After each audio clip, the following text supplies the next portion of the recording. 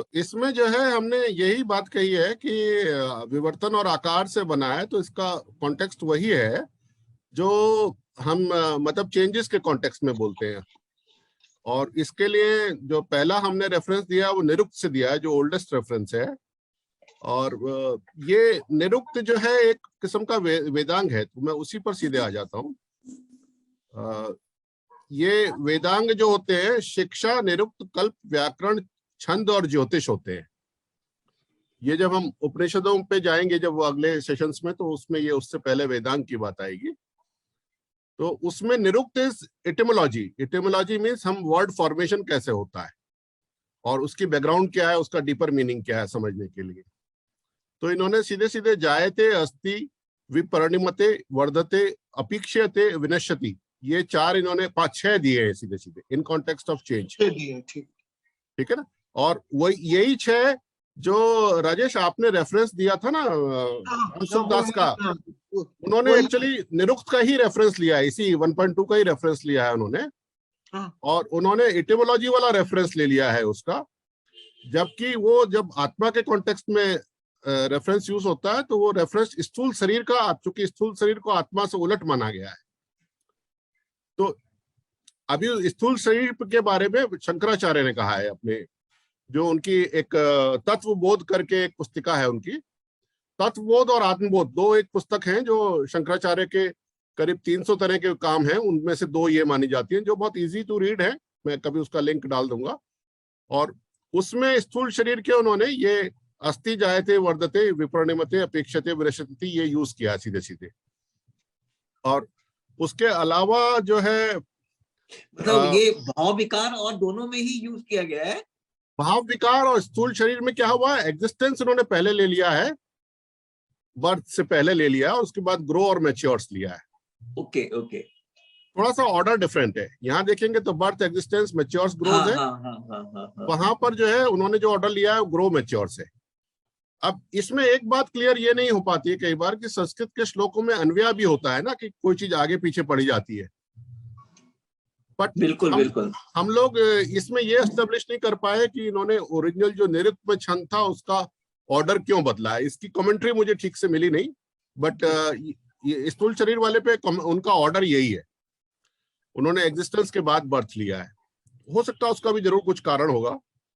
अच्छा, इसमें इन्होंने ये लिखा है कि that which has undergone 5 transformation, उसमें 6 ट्रांसफॉर्मेशन की बात की गई है। वो 6 नहीं, 6 स्टेज है तो ट्रांसफॉर्मेशन 5 है ना, वो तो क्लियर है। ओके ओके, ठीक है। अच्छा, 6 स्टेज के ट्रांसफॉर्मेशन तो 5 ही होंगे ना। स्थूल शरीर का बर्थ से शुरू होता है एग्जिस्टेंस, तो क्या आत्मा से ले लिया है क्या? नहीं, एग्जिस्ट मतलब ये भी माना गया है ना कि स्थूल शरीर जो है वो मतलब एक तरह से चूंकि आत्मा का हिस्सा उसका एग्जिस्ट किया है, तो ये भी इसका अर्थ हो सकता है।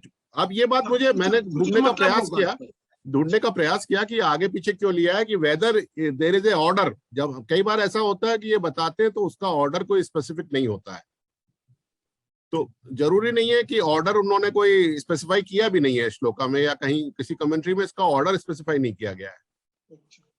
तो हो सकता है इसमें और फर्दर ढूंढेंगे वो तो अन्वय की वजह से भी हो सकता है। हाँ, कि उसमें जायते पहले ले लिया है, नहीं, और ये वर्धते और मैच्योर्स में भी और ग्रो में भी डिफरेंस है, वो आगे पीछे लिया गया है। अच्छा, वहां पर भी ना, ये अगर इसमें लेंगे तो विपरिणमते वर्धते, हाँ, ये इसमें उल्टा लिया गया है। तो ऑर्डर का कारण कुछ भी हो, बट कई बार श्लोकों में ऑर्डर नहीं भी होता है। ठीक है, ऑर्डर कोई सही नहीं। हाँ, तो हमें वो 6 पार्ट बस देखने हैं। उसके बाद जो भगवत गीता में रेफरेंस आया है, जिस बारे में हम लोग उस दिन डिस्कस कर रहे थे 2.20 में, जो रामसुख दास जी ने दिया है, वो रेफरेंस एक्चुअली रिवर्स कनोटेशन में दिया गया है। दैट मीन्स कि आत्मा के लिए ये जो चीजें होती है वो शरीर से उल्टी है, तो इसलिए उसको न जायते, न भविता, पुराणा, शाश्वता, नित्या, म्रियते, ये सब दे दिया गया है। नॉन एग्जिस्टेंस दिखा दिया उसको, उसके रेफरेंस में कह दिया। उसके रेफरेंस में ये दे दिया। तो आत्मा में एक तरह से ये अगर शरीर में होता है तो आत्मा में नहीं होता, ये कंफर्म करने के लिए दिया गया है। ठीक।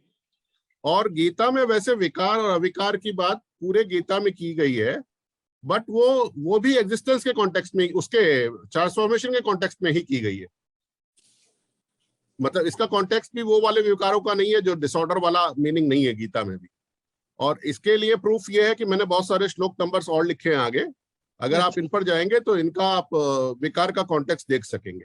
अच्छा अच्छा, बहुत और डिटेल स्टडी किया आपने, बढ़िया। हाँ बिल्कुल टैली किया है मैंने। मैं ये सब काम वो मेरे पास मतलब सर्च टूल्स यूज करके करता हूँ। अच्छा, नेचुरली इतना ऐसे तो बड़ा बड़ा मुश्किल है ढूंढ ढूंढ के निकालना। हाँ ढूंढ ढूंढ के, क्योंकि ये कहीं ग्रंथों में डायरेक्टली ढूंढा हुआ नहीं है, तो मैंने सर्च टूल्स यूज किए इसके लिए। और विकार का नेगेटिव कनोटेशन जो है, काम क्रोध लोभ मोह का तो गीता में आता है, पर मद मत्सर का अलग अलग आता है, वो भी अभी आगे आ रहा हूँ। और राग द्वेष हर्ष शोक, इसको भी राम सुखदास जी ने अपने विकारों की तरह से 12.17 में एक्सप्लेन किया है। बट ये अब हम आएंगे इस बात पर कि अब हम देखते हैं कि चेंज एजेंट्स गीता ने और क्या बताएं। शरीर के लिए जो चेंज एजेंट्स हैं गीता ने अपने 6 श्लोकों में दिए हैं, जो कि 13.6 से 13.11 तक है। और इसको भी इंटरप्रेट कमेंटेटर्स ने अलग अलग तरीके से किया है। कई लोगों ने इसी को इच्छा द्वेष सुखम दुखम संघात चेतना धृति को विकार बता दिया है, बट वो फिर बाद में जब हम पढ़ते हैं तो पता लगता है सविकारम एक्सप्लेन करूंगा, आगे मैं एक्सप्लेन करूंगा आपको। अच्छा, तो ये 7 एंटिटीज उन्होंने टेंजिबल और इंटेंजिबल एंटिटीज क्षेत्र की मानी है। जो क्षेत्र क्षेत्रज्ञ वाला 13 चैप्टर है ना, जी जी जी जी, उसमें इन्होंने क्षेत्र को ये एंटिटीज से बना हुआ माना है, जिसमें मेन एंटिटी है हमारी जो स्थूल शरीर है संघात, और चेतना, और धृति मतलब जो हम फर्मनेस की बात बोल रहे थे, तो जिसपे मतलब अड़ेपन जो हमारा होता है। उसके बाद इन्होंने 13.7 से 11 तक बहुत सारी प्रॉपर्टीज बताई हैं। ये मैंने अलग अलग श्लोकों से जाके फिर लिस्ट आउट किए है, और मैंने यहाँ कलर दे दिया है ताकि कौन सा, ये बेसिकली श्लोक ही एक तरह से टुकड़ों में लिखा गया है। वो आगे के जो 5 श्लोक है ये सीधे सीधे उन प्रॉपर्टीज को बता रहे हैं। तो ये बेसिकली हमारे शरीर को, अगर हमारी चेतना और शरीर को मिलाकर हमें आत्मन तक पहुंचना है तो हमें इन प्रॉपर्टीज को प्रैक्टिस करना है। तो ये भी एक तरह से ट्रांसफॉर्मिंग एजेंट्स है। इनके लिए वर्ड सविकार खाली 13.6 में यूज किया गया है, आगे कहीं विकार वर्ड नहीं यूज किया गया है। बट ये विकार शब्द जो है इसी कॉन्टेक्स्ट में आता है कि ये सब हम करेंगे तो हम ट्रांसफॉर्म ऐसे हो जाएंगे कि हम आत्मा की तरफ जा सके, ये इसका कॉन्टेक्स्ट है। उसके बाद लेटर कॉन्टेक्स्ट में षड रिपु शब्द इस्तेमाल किया गया है, जो कि बाद के राइटर्स ने जिसको 6 विकार कह दिया है, काम क्रोध लोभ मोह मद और मत्सर, which is quite clear, lust anger greed delusion arrogance and envy। तो मद उस तरह का घमंड है जिसको उन्मत्तता बोलते हैं, और मोह मतलब जैसे अटैचमेंट वाला भी मीनिंग है उसका। तो इसके लिए मैंने रेफरेंसेस आदि शंकराचार्य से स्टार्ट किया है, जो उनकी एक वैराग्य डिंडिमा है। ये भी एक पुस्तक है, छोटी सी पुस्तक है, काफी कम श्लोक है इसमें भी। तो इसमें काम क्रोध लोभ का जिक्र किया गया है, और मतलब ये सबसे बड़े वो हैं तस्कर बताया गया है। तस्कर शब्द शायद तब से चला आ रहा है, और तस्कर शब्द ओरिजिनली हाथियों से आया है। तो ये शब्द काफी पुराना शब्द है, मैंने ढूंढा था इसको, तस्कर कोई नया शब्द नहीं है। तो ये बेसिकली थीव्स बताए गए हैं, काम क्रोध मोह। उसके बाद त्रिविधम नरकस्य इदम द्वारम, ये काम क्रोध लोभ को इन्होंने गीता में भी बताया 16:21 में। और इसको तुलसीदास जी ने रामचरितमानस में काम क्रोध मद लोभ को बहुत बार, कम से कम 25-30 बार रेफर किया गया। बट सबसे प्रोमिनेंट जो उनकी चौपाई इसमें आई है, काम क्रोध मद लोभ रथ ग्रहासक्त दुख रूप, इसमें 5 एनिमीज दिखा दिए हैं इन्होंने। ते किमी जाने रघुपति मूड परे तमको।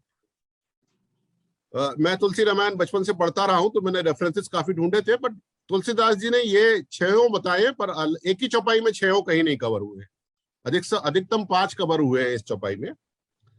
बट जब इसको और पढ़ा तो किसी मतलब जो हम लोग क्या कहते हैं ना, जिसने ब्रह्मचर्य लिया हुआ है, उसकी ड्यूटीज में उसको उसके दुश्मन है, भविष्य पुराण में इसका जिक्र किया गया है। उसके बाद चाणक्य नीति को भी देखा, वहां पर भी काम क्रोध लोभ मद का जिक्र किया गया है। फिर सिखिज्म में इसमें से काम क्रोध लोभ मोह अहंकार के 5 थीफ बताए गए। और 7 डेडली सिंस बाइबल के जो है उसमें कलेक्शन करने की आदत, मतलब बहुत सारा संग्रह करने की आदत को और जोड़ दिया गया है। 7 डेडली सिंस हो गए हैं। तो ये कुछ लोगों ने इसको भी विकार कह दिया है नए कॉन्टेक्स्ट में, बट ये अंतःकरण के शत्रु हैं, इसीलिए इसको बोला है अरि षड वर्गा। अरि मतलब दुश्मन, षड मतलब 6 और वर्ग मतलब उसका क्लासिफिकेशन। बहुत तो बढ़िया। बहुत सुंदर। ये फाइनली निकल कर आया, जिसमें मतलब हमने सारे कुछ रेफरेंसेस ढूंढे तो उसमें ये बात निकल कर आई। और मेरे काफी ख्याल से मेहनत जो, की है रही आपने इसके हाँ, लिए। मुझे विकार शब्द मेरे दिमाग में 4 दिन के लिए चिपक गया था। ठीक है, बहुत अच्छा खोज लाया आप। नहीं, बहुत अच्छा खोजा, बहुत ही सुंदर तरीके से प्रेजेंट किया गया है इसको। हाँ, प्रेजेंटेशन बहुत इफेक्टिव है। प्राइमरीली ये है कि एक्चुअली उतने ग्रंथ का अगर हम टेक्स्ट लिख देंगे तो हम पढ़ा नहीं जाएगा। इसको टेक्स्ट लिखेंगे तो रिसर्च पेपर बन जाएगा। तो आमतौर पर रिसर्च पेपर कोई पढ़ता नहीं है। तो ये जितने आपने ये रेड कलर, ब्लू कलर और ये क्या है, ये श्लोका के पार्ट है। हाँ, नीचे श्लोका का नंबर दे दिया गया ना, 13.7 13.8 पढ़ोगे तो वो यही है, इंद्रिय अर्थेषु वैराग्य मनहंकार है।